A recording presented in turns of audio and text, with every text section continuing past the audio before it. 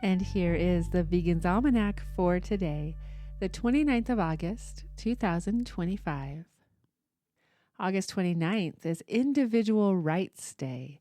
The date was chosen in honor of John Locke's birthday on this date in 1632.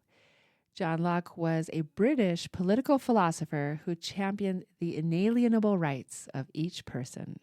John Locke believed individuals are born with inherent natural rights that governments cannot infringe upon. These rights, primarily life, liberty, and property, are fundamental and precede the formation of any government.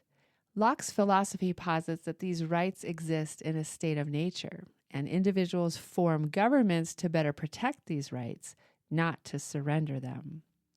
These rights are inherent to non-human animals as well as humans, and fighting for those rights to be recognized and enforced is the chosen work of animal advocates around the world.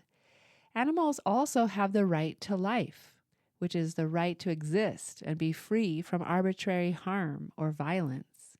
Animals have the right to liberty, the freedom to act and make choices without undue interference, except where one's actions harm others. And animals have the right to their property, the right to own and control one's own labor and the fruits of that labor.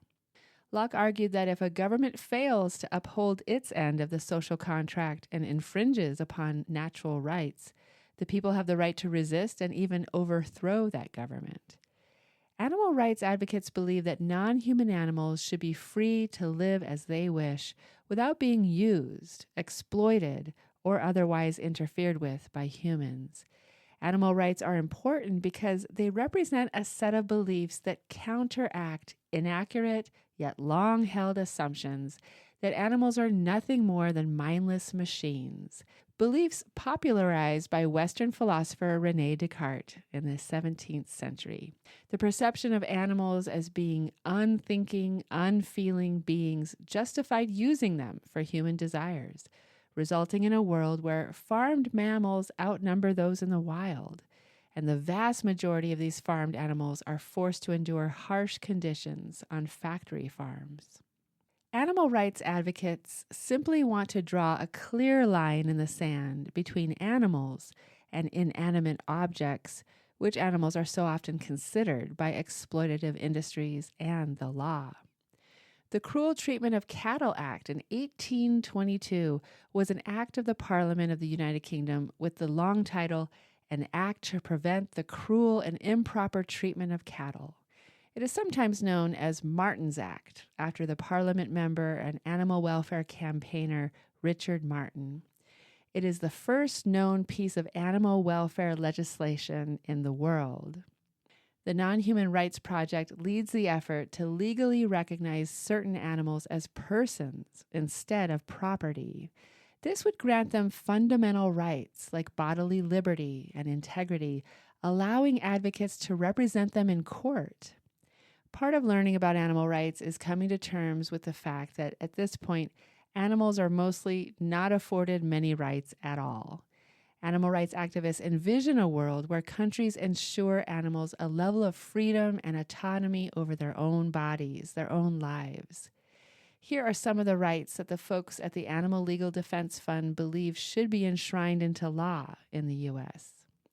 The right of wild animals to self-determination and an environment that allows them to engage in their natural behaviors. The right of animals under human care to have their species-specific and individual needs fulfilled.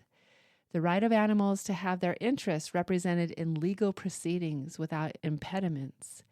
And the right of animals subject to criminal acts to be legally recognized as crime victims.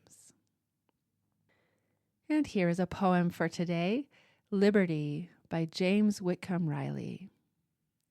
O liberty, the dearest word a bleeding country ever heard, we lay our hopes upon thy shrine and offer up our lives for thine. Sing in the tones of prayer, sing till the soaring soul shall float above the world's control in freedom everywhere. Sing for the good that is to be. Sing for the eyes that are to see the land where each one at last is free. Oh, sing for liberty. Liberty by James Whitcomb Riley. This has been the Vegan's Almanac with the reminder that each being was born with inalienable rights.